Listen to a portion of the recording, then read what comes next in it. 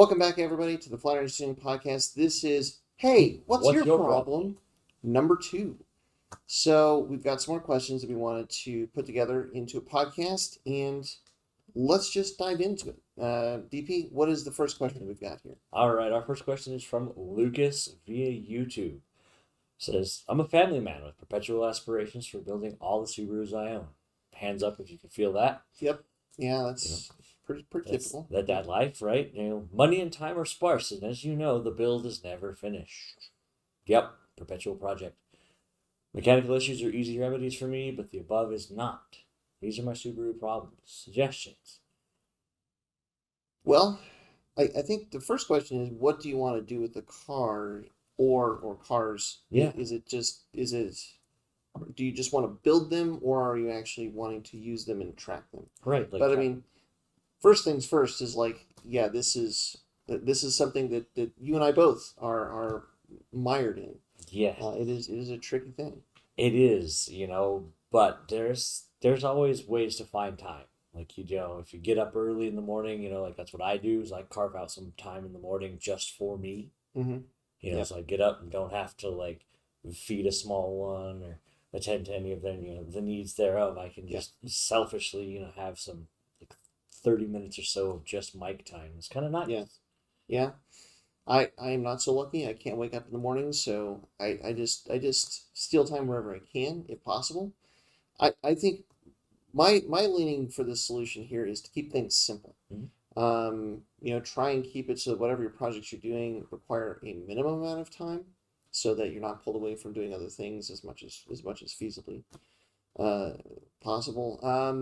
And maybe the thing that I struggle with most is I really want to get back to going to the track, but that requires a lot of time to prep the car. Just basically a whole day to go to the track. Usually a couple late nights before going to the track, and that's where it's a real struggle to find that time. So I really sympathize here. Yeah. I've got one other really good suggestion that's helped me out too is include your family with Sure.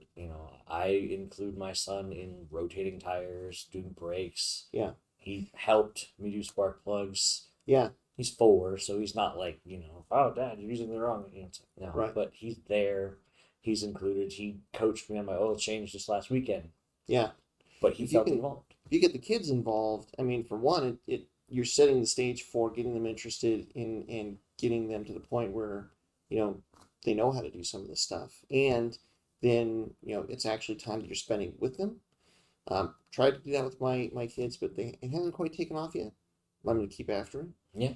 The other thing I would say here is again, just picking the projects and keeping them simple, or, know that if you're doing a really involved project, say you're removing and reinstalling a shirt block, plan so that it's you can do it in small stages. You can do it in little bite-sized chunks. Mm-hmm. That usually means that it takes twice as long, but that way, if you can get 30 minutes an hour a night, and that's how you want to spend the time, plan the build out to break it up into those ways, and then organization there is key.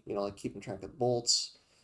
Take pictures of the hoses and such, or put the bolts in cups, keep them clearly labeled, so if you're coming back a handful of days later, you know what you're looking at.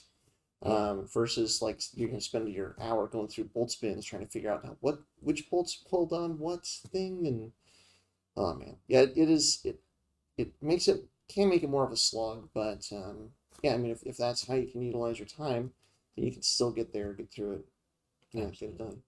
All right, this comes from Jesus Tapia. I hope I said that at least close to right. 2013 WRX tuned on FlexFuel with an FP black, 40mm external gate, Tomei equal length header, 1200cc injectors, IG fuel rails, whole list of mods. Big one here is that it is tuned on FlexFuel. And the issue was he was driving around for 2 weeks, and then the ethanol content kept dropping from 30% down to 2.4.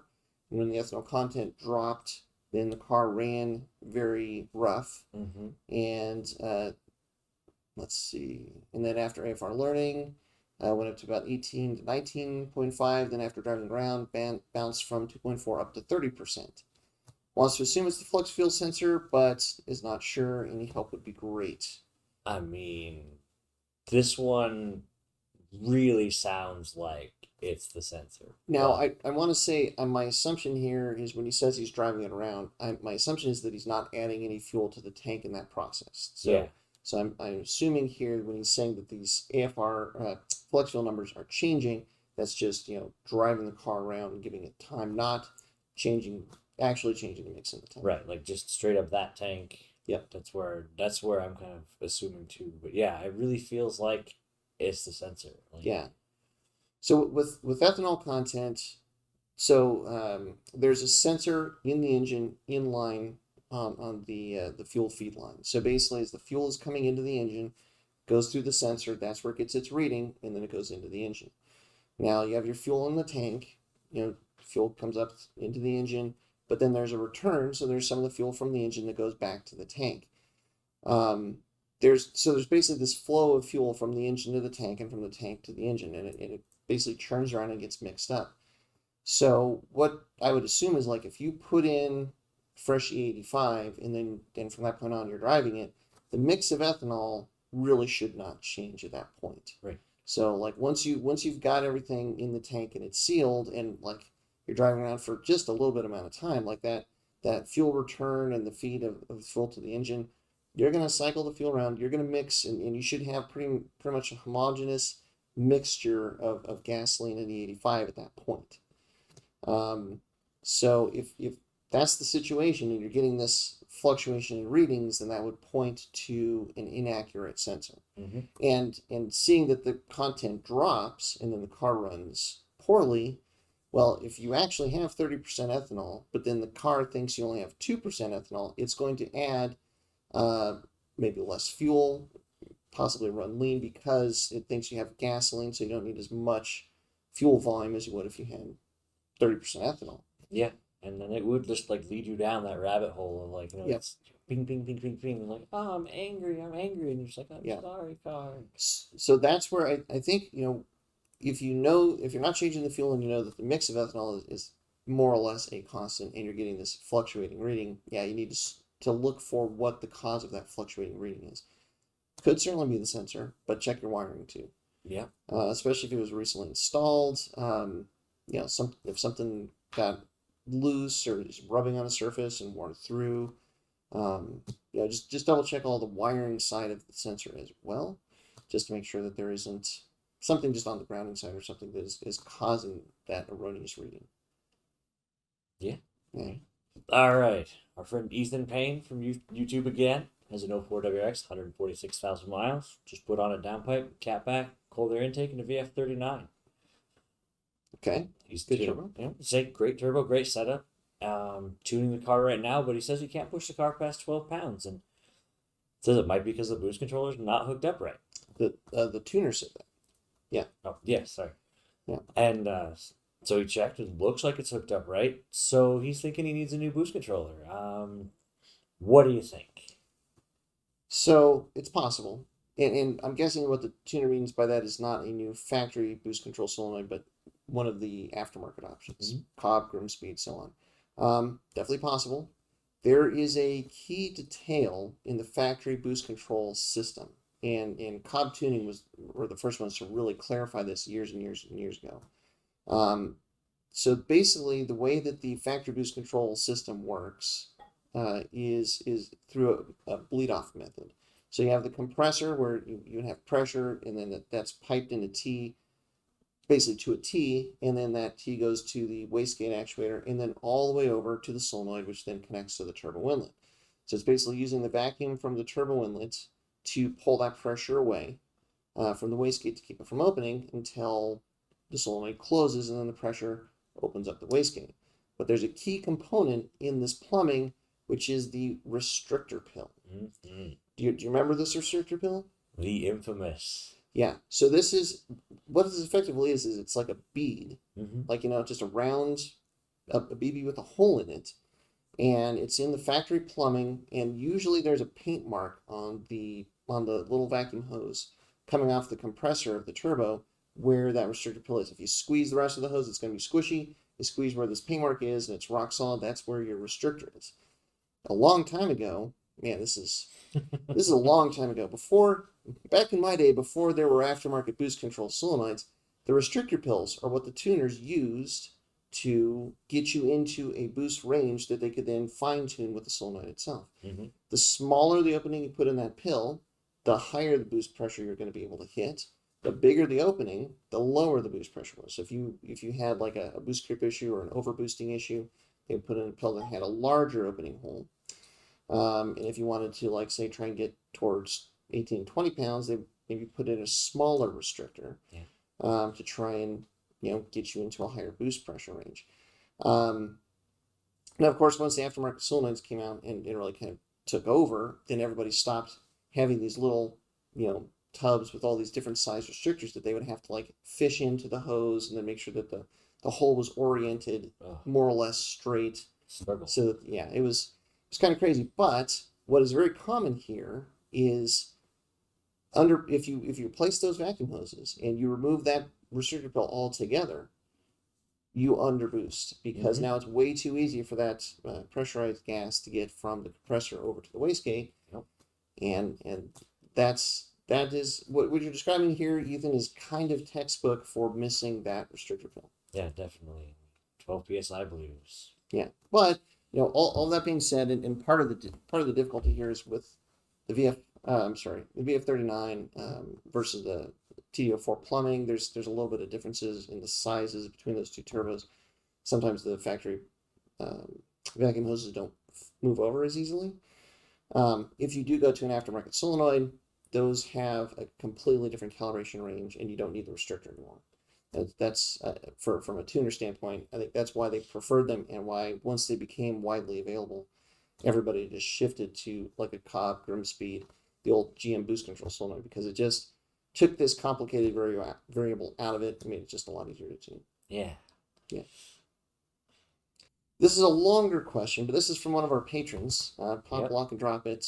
So we wanted to take a good look at it and kind of go through these. Yeah.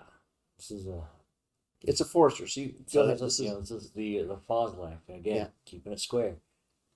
He's got 2004 Forester XT. Yep.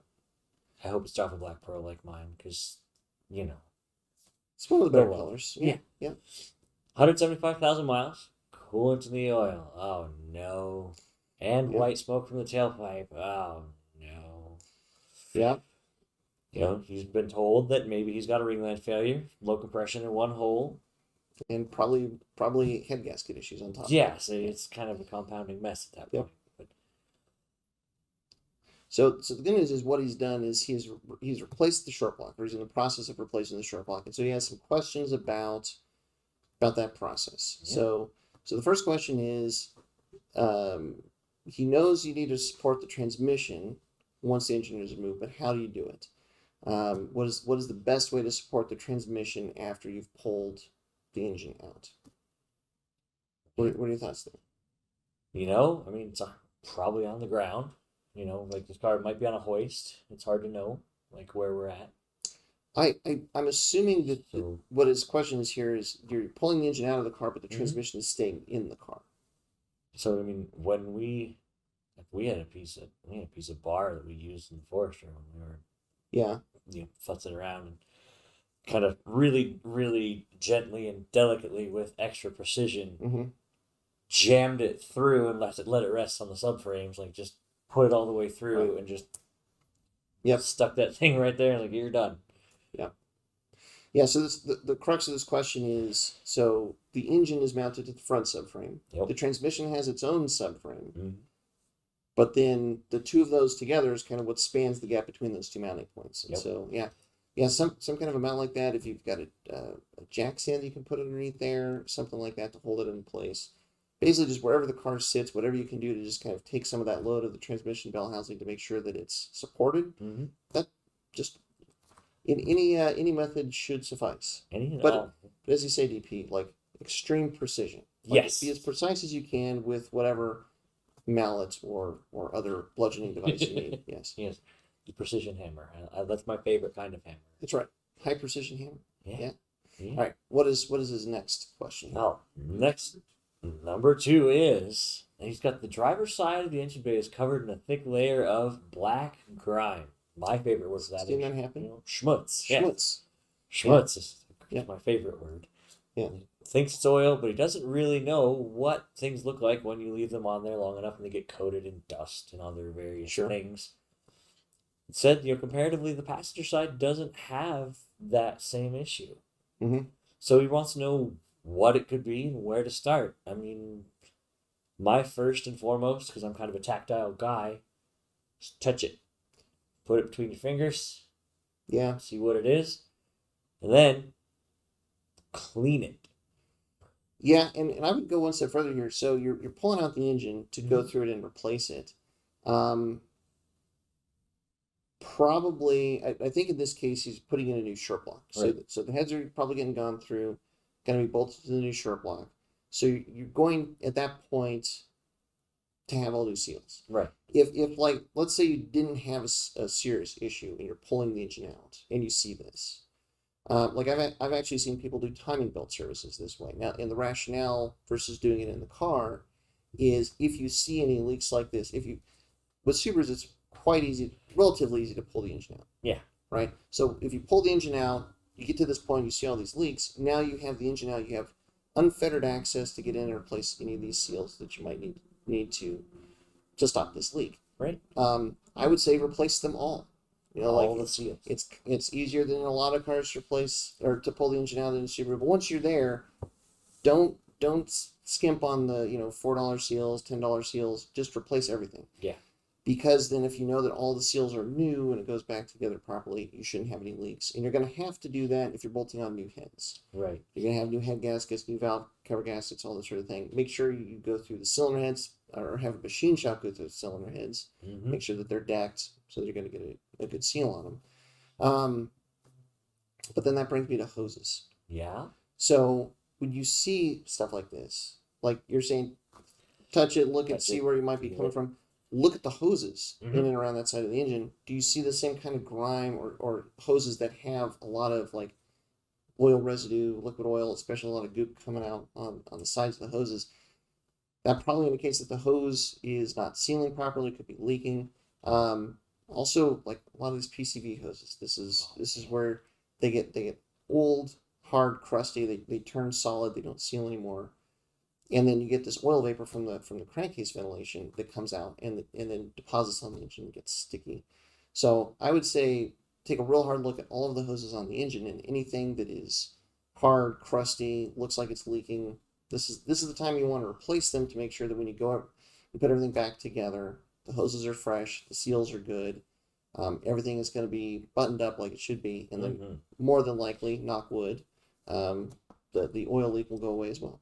Absolutely, because it'd be a real bummer to put in your brand new tasty short block and then it's just pukes oil everywhere. Right, or it looks like it's got 100,000 miles on it in 2 weeks of driving around. Yeah.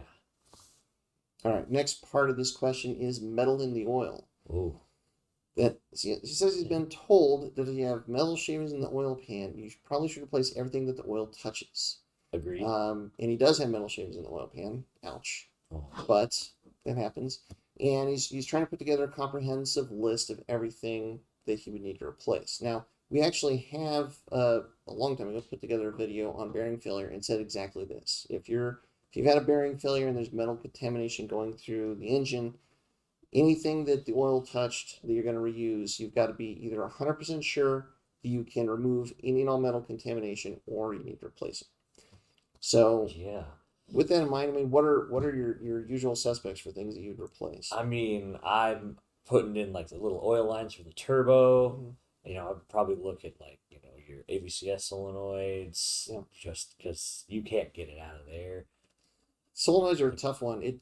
They kind of fool you into thinking that you can clean it up, but it's hard to know for sure. If there's any doubt, that the reason for this is if you have something from the old engine that has metal contamination and you bolt it onto the new engine, that metal contamination it's moving right into this new engine. And I have seen instances where that's done. Yeah. And the new engine fails very quickly because you've moved the problem from the old into the new. Yeah, and sometimes when you've got a new engine, you've got fresh, new, happy oil, and so something could come dislodged, and Well, then it's just yeah, all over with the crying at that you point because you did it again. you have engine braking happening. So Yeah. like in those first couple oil changes, first couple startups, I mean, there's going to be some material that's coming out of the engine as braking happens, and Yep. if you couple that with all these other larger particles of contaminant that took out the first engine and move them over, that's a bad formula. Yes, and it's just a perfect example of a terrible idea. So, Yes. all the hoses, just to make sure, um, Yeah. those lines, like this little, I mean, they're pretty expensive too, so it's Yeah, worth usually the the hard investment. lines, the Hmm. hard like the ABC's hard lines, usually those you can clean out with brake clean. I mean there's no place for metal contaminants to hide there. But Yeah, like I said, the ABCS solenoids and the ABCS pulleys themselves, yeah, because there's chambers in there where the oil resides, and so if that contaminant has got in there, very difficult if even possible for the DIYer to get in there and clean those out and get them to work properly again. yeah. That's the big key there. Is you can take it apart, but I mean, you get it Yeah. back together, it may not function the same way it did, or as intended. That is the challenge, yes. The other one I'd add here, because it's no Ford Forester, it does have the factory oil cooler. So the factory oil cooler Mhm. has a lot of chambers in it. Very, very difficult to properly clean out. Way better to just replace it so that you know that there's no contamination moving over with the factory oil cooler. Yeah. What do you think about the turbo? Do you think It's gotta go. you you I wouldn't ever would not chance it? reuse it. Not That's not anything I would want to be part of really. Like I'd want it because it's small and precision, Yeah. and it just takes that one little, and then it stops, blows out a seal, Yep. goes through to the drain, wipes the bearing. You The know, the turbo is the most common one that I've seen where people move it over because it's an expensive unit. yes, Where then they have a subsequent engine failure like the first 50, 100 miles. If there's anybody that can go through the turbo, rebuild the center section, clean it out, that's a great option. There are some mechanics out there that say they have techniques for cleaning out the center section of the turbos. If they do, I mean, more yeah, power to you. But it's I tricky, I think I'd just wait. I'd use my points from buying my short block, and right? I'd probably just apply the discount and get a new turbo. Yeah, Like, it's the best practice would be to replace the turbo, but I mean it is an expensive component, so definitely understand if you need to look for some other option there. But that would definitely be something that at a minimum would need to be addressed. yeah, Um, I'd probably look at oil pressure sender. usually that could be cleaned. I mean, that's a fairly simple device, but Yeah, I mean, but it's again like cheap insurance. sure. Yeah, yeah, that's true. I mean, it's like 10, $15, not Yeah. a big deal. The oil pan. Do you like cleaning an oil pan after a bearing failure or not? Oh no, Yeah, getting up underneath the baffles is it challenging. yeah, A lot of times it is just easier to replace the oil pan versus clean it, but again, there's some shops, some mechanics, they have techniques or they have, special cleaning rigs or whatever where they can, hot tank it, get everything out. Just kind of see what they say, but best case, or, especially for a DIY where you don't have like a tank or something, would be to just replace it. The other big one is cylinder heads. If you've had a yeah, bearing failure, especially like a catastrophic bearing failure, have a good machine shop that's familiar with Subarus clean them, because there's a lot of oil passages inside the Subaru head, and there are caps that basically have dead end passages, that you're going to want to clean and replace. So a good machine shop familiar with Subaru stuff is going to take those out, tank the heads, clean them, then put them all back together. hmm Um, so that can be a gotcha as well. yeah, and that's one that is probably really often overlooked. It's like, Yep. oh, heads will be all right. We can we get it cleaned, and then there's just like that one little piece, and then it's Yeah, and it's because it's a dead end passage. yeah, Even if you tank the heads, I mean the contaminant can just sit there. So right, you really want to have them properly cleaned. Yeah. yeah, All right, and I think his last question here is about camshafts. Assessing the camshafts. okay. Well, if you pulled the cams, Yeah, it's not something unfortunately you can just look at and know. Like you're gonna have to get in there and use fingernail, yep, thumbnail, and if you catch it on anything, it's got to go. yeah. If your thumbnail or fingernail moves smoothly over the surface on the cam, if you see rings or something like that, it's probably so minimal amount of wear that it's just not something that would cause an issue. But if it feels like you're going over a record, or you can feel a couple deep scratches where your nail gets caught, that gouge is probably deep enough that it would cause problems. And what I would say here, like camshafts, certainly, but the other component here are the cam journals on the cylinder heads. Yeah. You've got to inspect all of those journals on the cylinder heads the same way, because those surfaces are not something that can be machined. There's no bearing that can be replaced there. There's no oversized cams like with larger journals or anything like that. If the cams themselves or the journals on the heads are damaged, then that's where you need to replace them. Yeah. All right, DP, what is our last question? Our last question comes from EGP, who's on the Flat Iron Student Discord. He's one of our patrons as well. So want to make sure to check out what we can do to help him out a little extra there. He's got a 2013 WRX hatch. Okay. And he's got a weird, pardon the term weird, but idle issue where it's kind of hunting around, trying to find where it wants to be happy. Yes. Now, and the cool thing here is he's very descriptive about it, but he actually sent a data log actually showing what's going on with the idle and the AFRs at the same time, which is very handy. So if you have a problem like this, it's awesome to be able to collect that kind of data. Yeah, that's invaluable data there, because like we ask, for like if you've got check engine lights, but if you can provide us with a data log, that's amazing. Yes. So basically, the crux of the issue is it should be idling about 700 RPMs, and it goes up slightly, then it'll drop almost down to 600. Feels like the car wants to die, and it's just up and down and up and down. And let's see, he's looking for what the root cause might be. He's looked preliminarily at the post-map hoses and vacuum, and he doesn't think he has a vacuum leak, but he doesn't have a smoke tester either. So yeah, that's tough, because really, like, we're looking at the log and talking about like this hunt like that. I bet he's got a vacuum leak. Like, you could almost, it'd almost be worth trying to assemble one, like make a little cap. Or a lot of shops have these days. I mean, you can maybe just drive your car to them, have them do the smoke test, pay $100, and then get the piece of information, find out and know. Yeah. The key thing with the logs is you can see where the RPMs are dropping. There's the fuel trims increase, brings up the RPM, and then the fuel trims try and like normalize, and then the RPM drops.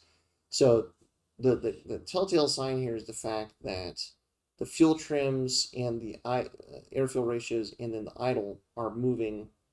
Basically one is affecting the other, and you can see that this is the tool that the ECU is using to try and control the idle. On an older car, like say a GD WRX, where you had the cable throttle, there was an idle air control valve. There's an actual valve that sits on top of the throttle body that's moving to try and control the airflow, to control the idle. It can get gunked up, could get stuck. There's a gasket there that can leak, and then that can cause some of these sorts of issues. But since this is a 13 WRX, this is a newer car, this is an electronically controlled throttle, the computer should have no problem controlling idle. So when you're seeing that it's doing fuel trims, moving the AFRs up and down, and that is tied to this erroneous idle issue that he's having, that kind of points pretty darn strongly to some kind of a vacuum leak. It does, but I mean, I want to take a second, just because I'm sentimental like that, to look at how hard that computer's working. Like, it is really like sweating. It should have like a little sweatband on. Yeah. Be like, yeah, man. It's cool that the computer can do it, but knowing that it's having to work so hard to try and stabilize the idle, it really points strongly to some kind of a vacuum leak. Absolutely. It's causing the issue. Which, it's frustrating too, because I mean, there are quite a few vacuum lines and things on there to check. Yeah, and so you mentioned that there's no smoke test, and so let's talk about, let's say you don't have access to a smoke tester. Like you're in the middle of the woods, you're in a rally, you've got some kind of issue like this going on. What can you do? What are some alternate options? If I've got brake clean or carb cleaner on board, I'm going to try and get like that little red straw that shoots off when you put it on there. I'm going to put it in there so I get a precise little stream. And I'm going to hit it like the base of wherever that vacuum hose that I'm, and I just start one side of the engine and spray right where that connects. Yep. If the idle goes up, I found it. Yeah, this is where you always, having a can of carb clean, you always want to have a can of carb clean if you can. Yeah. For exactly this reason. It is combustible enough that if you have a vacuum leak and you spray the carb clean in the vicinity of the vacuum leak, you're going to hear the idle increase and then drop back down again, almost exactly like what we're seeing here. Yeah. And then if you know where you precisely sprayed it, like you just don't spray down the whole engine, but if you know where you sprayed it, now you know where to really look. The other thing I would say about here is like taking a really good hard look at all of your vacuum hoses. Anything that you're seeing signs of leaks, like with your PCV system, though that is a vacuum leak that is connected to the turbo inlet, that vacuum leak could translate into some kind of an issue at idle like this. Yeah, so, I mean, those turbo inlets never tear or, anything. True. Like, and they're not made of brittle plastic that. Well, also true. Yeah, I mean, that happens. I mean, and that hopefully, if you don't have the smoke test machine, that's where like the carb cleaner, like really you have to explore all over the engine. I guess that's the biggest point that I would come to is the valve covers, anything to do with the PCV system, those big vacuum hoses on top of the engine. You can't just look at the intake path only. You've got to look at all these other systems that are tied into the turbo inlet, because any leak in all of those vacuum hoses comes back to the turbo inlet. It would be a vacuum leak that could potentially cause an issue with the idle. I actually, funny enough, had an issue with the Forester that I didn't really think a whole lot of at the time, but I was driving, just cruising, and I noticed my boost gauge wasn't responding. Oh, yeah. And I was like, well, that's weird. I'll check on that when I get home. And so I popped the hood. Yeah. And sure enough, the little vacuum port to the gauge come off. Yeah. A tiny little hole. But it was doing the same thing, hunting for an idle. No check engine light. It was just like, yeah. Like, what are you doing to me? That is the most frustrating thing with these vacuum hoses. They're so small, they get hot, they get brittle, and just one of them breaks, and it could just ruin your day. Yeah. Yeah. So you gotta look at them all. If everything is stock on this car, like stock turbo, stock intercooler, stock hose between the intercooler and the throttle body, these cars, the WRXs with the top-mounted intercoolers, the factory hose between the intercooler and the throttle body can be troublesome to get in there because you've got this really big intercooler that sits right over it. So you just don't have a lot of good room to get in there and get to the hose clamps and such. And sometimes that hose can slide off. Might be worth inspecting. Yeah. The other interesting one I would say would be to look at your, potentially look at your intercooler just itself. Yeah. So if it's the factory intercooler, I mean, it is almost 10 years old, so maybe that's been replaced. But if it's the factory intercooler and you can't find anything else anywhere, spray some of that carbon cleaner up and down the crimps for the intercooler, because it's a plastic intake crimped to the aluminum center section of the intercooler. Those can get loose. Now, usually you would also see issues where you're not able to build enough positive boost pressure there. But if those tanks have come off, that you can actually have a vacuum leak as part of the intercooler itself. Man. That'd be a bear. I hadn't even thought of that. Yeah. Again, this is something where a smoke tester would show you, but lacking that, I mean, you have to really be creative with that carb cleaner. Because if there is some kind of a vacuum leak, you just got to get that little jet of carb cleaner in the right spot to see that idle move, and then you know where that issue might be. Yeah. So, well, hopefully that helps you guys. If we helped you, let us know. If we were wrong, also let us know, because we'd love to know what the problem actually was with these things. I think that's the last question we have for right now. But definitely want to say, like, for us to keep coming back and making these episodes, we need your help. We need your questions. So if you've got questions for us, leave them in the comments below. Reach out to us through, our contact us email on the website, flatironstuning.com. You can, as you've seen here, you can actually leave something for us in our Discord, in the Flatirons Tuning Discord. And you can also, like, if you want to send us pictures or whatnot, you can do so through the tickets or an email on the Flatirons Tuning site. And when we get more questions together, we'll come back and we'll make another episode of Hey, what's your problem? Yeah. So thanks very much for watching. Appreciate your support as always. Hopefully you like what we're doing with the channel here. And if you do, like and subscribe. And until next time, as always, stay tuned to Flatirons Tuning.